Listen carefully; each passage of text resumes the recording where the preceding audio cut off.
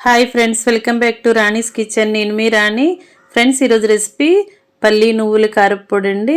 ఈ కారప్పొడి అనేది ఒక్కసారి మనం ప్రిపేర్ చేసి పెట్టుకున్నట్టయితే, స్టోర్ చేసుకున్నట్లయితే 1 మంత్ వరకు కూడా చాలా ఫ్రెష్గా టేస్టీగా ఉంటుంది. అంతేకాకుండా డైలీ మనం ఇడ్లీ దోశల్లోకి రెగ్యులర్గా చట్నీ చేస్తూ ఉంటాం కదా, పల్లీ చట్నీ, టొమాటో చట్నీ, కొబ్బరి చట్నీ లాంటివి. అలాంటప్పుడు డైలీ చట్నీ చేసే అవసరం లేకుండా అప్పటికప్పుడే ఈ కారప్పొడిని బ్రేక్ఫాస్ట్లో కూడా సర్వ్ చేసుకోవచ్చండి. అంతేకాకుండా రైస్కి డైలీ మనం ఫస్ట్ ముద్దలో ఈ కారప్పొడిని వేసుకుని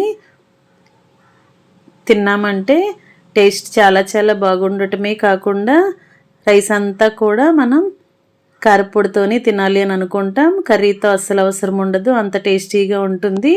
దీనిలో వాడబోయే ఇంగ్రీడియంట్స్ అన్నీ మిస్ అవ్వకుండా ఫస్ట్ నుంచి లాస్ట్ వరకు స్కిప్ చేయకుండా చూడండి. ఇంకా ప్రాసెస్లోకి వెళ్ళిపోదాం.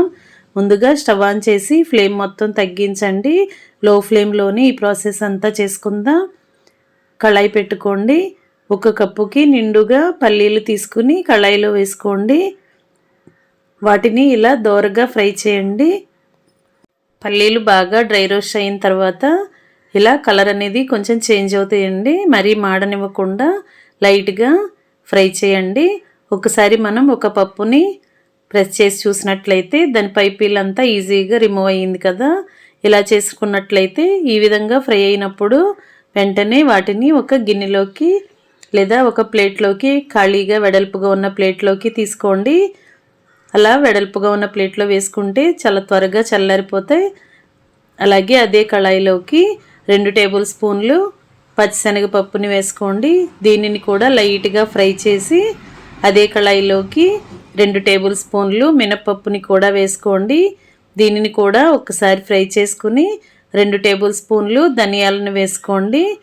అలాగే 1 టేబుల్ స్పూన్ జీలకర్రను కూడా వేసుకుని బాగా లైట్గా ఫ్రై చేసుకోండి. పప్పులు అనేవి అస్సలు మాడనివ్వకుండా చాలా జాగ్రత్తగా ఇలా గరిటెతో కలుపుకుంటూ ఫ్రై చేయండి. మనం ఫ్రై చేస్తున్నప్పుడు ఆయిల్ అస్సలు వేయలేదండి. పల్లీలు కానీ, శనగపప్పులు, మినపప్పులు కానీ ఇలాగే డ్రై రోస్ట్ చేస్తున్నాను. ఈ విధంగా బాగా ఫ్రై అయిన తర్వాత వీటిని కూడా పల్లీలు తీసుకున్న ప్లేట్లోకి తీసేసుకోండి. ఇదే కళాయిని క్లీన్ చేసుకుని చిన్న నిమ్మకాయ సైజ్ అంతా చింతపండుని ఇలా విడివిడిగా చేసుకుని కళాయిలో వేసుకోండి. అలాగే 4-5 వెల్లుల్లి రెబ్బల్ని కూడా వేసుకుని 2 టేబుల్ స్పూన్లు నువ్వులు వేసుకోండి. నువ్వులు కానీ, వెల్లుల్లి రెబ్బలు కానీ మరికొన్ని ఎక్కువగా అయినా వేసుకోవచ్చండి. కారప్పొడికి మరింత టేస్ట్ అనేది వస్తుంది. వీటిని కూడా లైట్గా డ్రై రోస్ట్ చేద్దాం. నువ్వులు అనేవి కళాయిలో వేసిన వెంటనే చిటపట్లాడి కళాయి నుండి బయటకు వచ్చేస్తూ ఉంటాయి కదా, అందుకే నువ్వుల్ని లాస్ట్లో వేసాను. చింతపండుతో పాటు వేసినట్లయితే నువ్వులన్నీ కూడా చింతపండుకి అంటుకుని చాలా త్వరగా చిట్లకుండా ఫ్రై అవుతాయండి. ఇవన్నీ తీసి ప్లేట్లోకి వేసుకున్నాం కదా. ఇప్పుడు 1 కప్పు నిండుగా కరివేపాకును కూడా శుభ్రం చేసుకుని బాగా కడిగిన తర్వాత, ఆరిన తర్వాత ఇలా కళాయిలో వేసుకుని దానిని కూడా డ్రై రోస్ట్ చేయండి.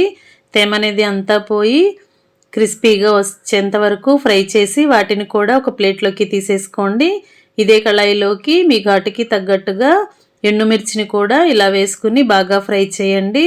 ఎండుమిర్చి వేసినప్పుడు కూడా గరిటెతో కలుపుకుంటూనే ఫ్రై చేయాలండి. లేదంటే ఎండుమిర్చి అనేవి మాడిపోయినట్లుగా అయిపోతే కారప్పొడికి లైట్గా చేదు అనేది వస్తుంది, టేస్ట్ అనేది చేదుగా అనిపిస్తుంది. అందుకే అన్నీ కూడా చాలా జాగ్రత్తగా ఫ్లేమ్ని సిమ్లో పెట్టుకుని ఇలా డ్రై రోస్ట్ చేసుకోండి. అన్నీ కూడా ప్లేట్లో పోసుకుని పెట్టుకున్నాం కదా. ఇవన్నీ కూడా ఒక 10 నిమిషాలు అలా వదిలిన తర్వాత బాగా చల్లారిన తర్వాత మిక్సీ జార్ తీసుకుని అన్నీ కూడా అలా వేసేసుకోండి. టేస్ట్కి సరిపడా సాల్ట్ వేసుకోండి. నేను గల్లుప్పు వేస్తున్నానండి. గల్లుప్పుకు బదులుగా మీరు సాల్ట్ అయినా యూజ్ చేసుకోవచ్చు, లేదంటే ఇలా గల్లుప్పు, రాళ్ళ ఉప్పు అయినా వేసుకోవచ్చు. దీనిలోకి ఒక 1/4 టీ స్పూన్ వరకు ఇంగువ వేసుకోండి. ఇంగువ వేసినట్లయితే కారప్పొడికి టేస్ట్ అనేది బాగా రావటమే కాకుండా మనకి అరుగుదలకి కూడా హెల్ప్ అవుతుంది. త్వరగా డైజెస్ట్ అయిపోతుంది ఫుడ్ అనేది. ఇవన్నీ కూడా బాగా మెత్తని పొడిలాగా గ్రైండ్ చేసుకున్నాం కదా, ఇదంతా కూడా ఒక ప్లేట్లోకి తీసుకోండి. ఇలా వెడల్పుగా ఉన్న ప్లేట్లోకి తీసుకున్నట్లయితే కారపొడి అనేది మనం గ్రైండ్ చేస్తున్నప్పుడు బాగా వేడివేడిగా ఉంటుంది.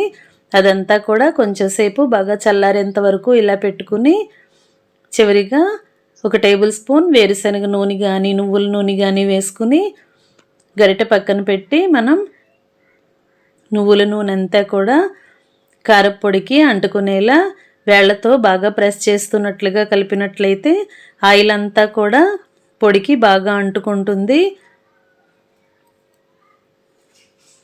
ఈ విధంగా మనం పచ్చి నూనెను కారపొడిలో వేసి బాగా కలిపినట్లయితే కారపొడి మరింత టేస్టీగా అనిపిస్తుంది. రైస్లో తింటున్నప్పుడు కూడా మరి కొంచెం వేరుశనగ నూనె కానీ నువ్వుల నూనె కానీ యాడ్ చేసుకుని తినండి. అప్పుడు రైస్ అనేది ప్రతి ముద్ద కూడా చాలా చాలా టేస్టీగా అనిపిస్తుంది. ఇలా మొత్తం అంతా బాగా చల్లారిన తర్వాత మనం డైలీ ఇడ్లీ దోశలకు వాడుకోవటానికి ఏదైనా బాక్స్లోకి కొంచెంగా తీసుకుని మూత పెట్టుకుని స్టోర్ చేసుకోండి. డైలీ చట్నీ చేసే అవసరం లేకుండా ఈ విధంగా ఒక్కసారిగా మనం చేసి పెట్టుకుంటే 1 మంత్ వరకు కూడా నిలువ ఉంటుందండి. ఫ్రెష్గా ఉంటుంది, టేస్టీగా ఉంటుంది.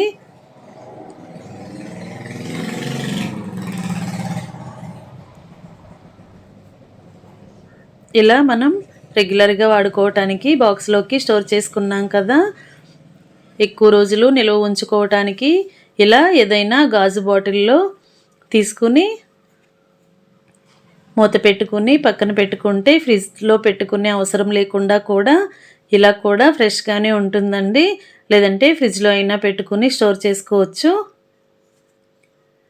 రెసిపీ నచ్చినట్లయితే మీరు కూడా లైక్ చేసి ప్రిపేర్ చేయండి. Thanks for watching. నేను మీ రాణి.